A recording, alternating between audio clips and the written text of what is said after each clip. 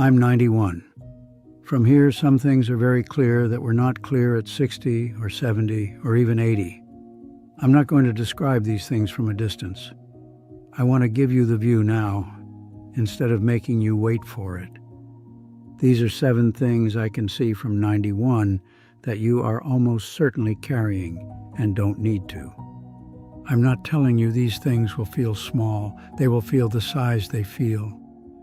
I'm telling you that from here, looking back at decades of carrying them, they were small.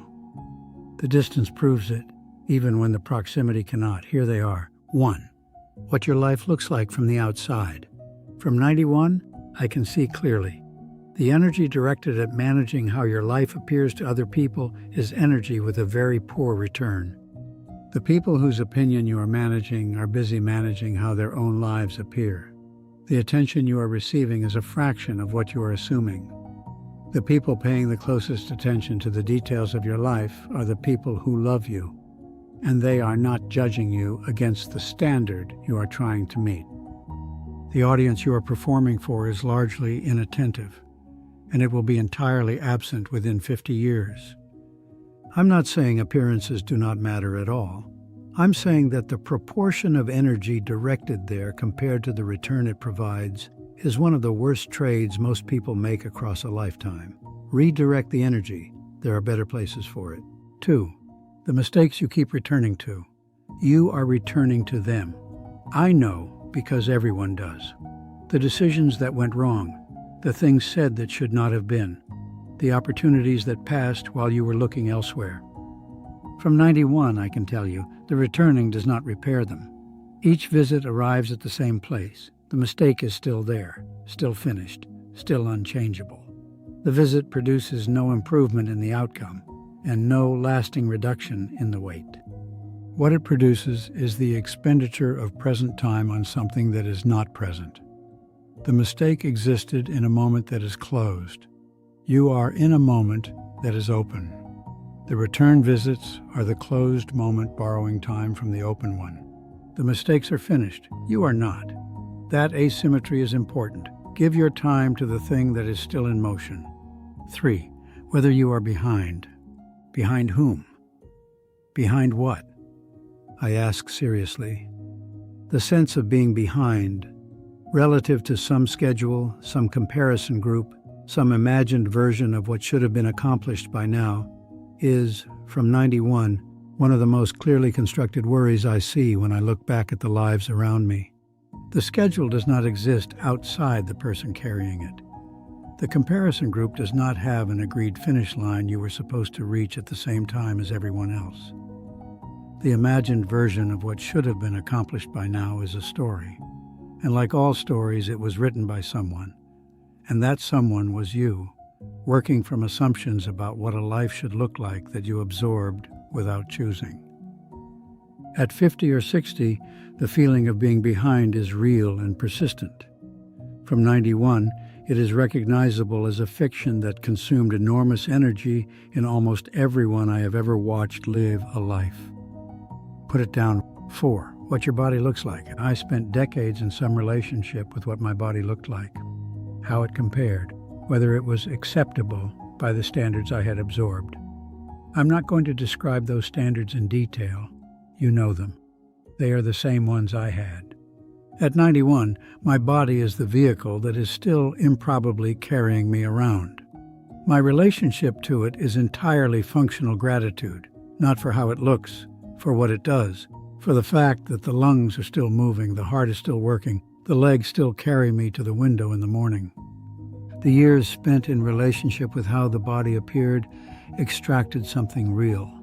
Time, energy, a portion of daily attention, and produced nothing I can now identify as a return.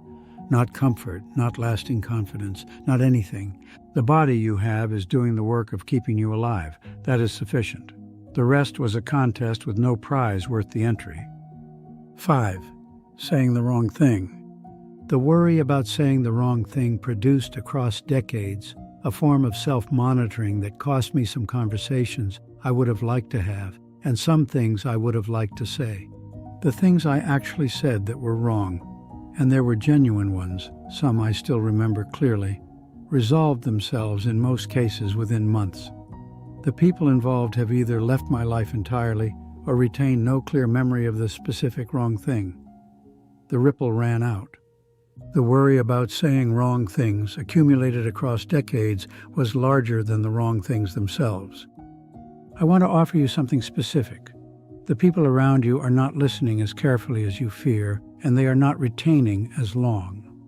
You are monitoring your speech against a standard of perfect reception that does not exist in practice. Say the thing. The wrong things resolve. The unsaid things do not. 6. The problems you cannot solve. I carried for years problems I could not solve.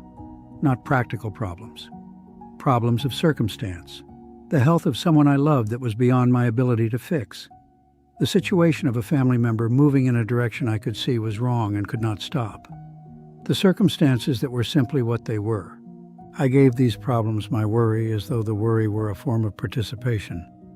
As though the attention directed at an unsolvable thing were doing something for it. It was not. The worry changed nothing about the problems. It consumed the hours I had alongside them and produced no resolution. From 91, I would like to recover every hour directed at unsolvable things and put it somewhere it would have mattered. I cannot. You still can. The unsolvable problem will resolve or it will not. Your worry is not a variable in that outcome. Your time is finite. Redirect it. 7. Time running out. I'm 91.